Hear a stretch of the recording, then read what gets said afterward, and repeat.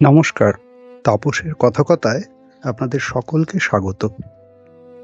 আজকে তাপসের কথকতার নিবেদন রবীন্দ্রনাথ ঠাকুরের শ্যামলী কাব্যগ্রন্থের অন্তর্গত একটি জনপ্রিয় কবিতা হঠাৎ দেখা।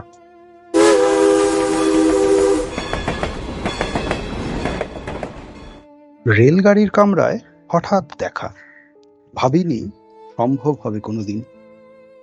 আগে ওকে বারবার দেখেছি লাল রঙের শাড়িতে, ডালিম ফুলের মতো রাঙা।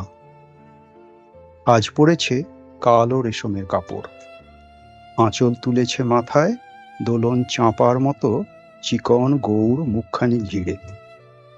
মনে হলো কালো রঙে একটা গভীর দূরত্ব ঘনিয়ে নিয়েছে নিজের চারদিকে, যে দূরত্ব সর্ষে ক্ষেতের শেষ সীমানায় শালবনের নীলাঞ্জনে।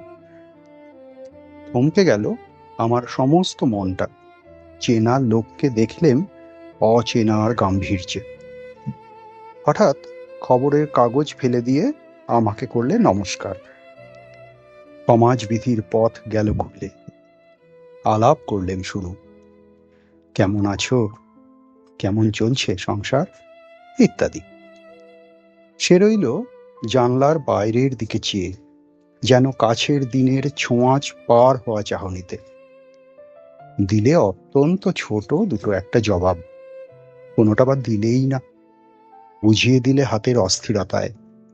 কেন এসব কথা? এর চেয়ে অনেক ভালো চুপ করে থাকা। আমি ছিলাম অন্য বেঞ্চিতে ওর সাথীদের সঙ্গে।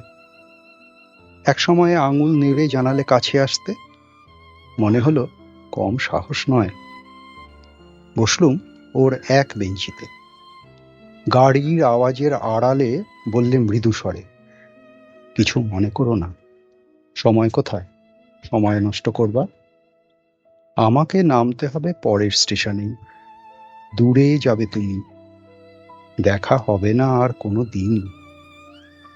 তাই যে প্রশ্নটার জবাব এতকাল থেমে আছে, শুনবো তোমার মুখে, সত্য করে বলবে তো?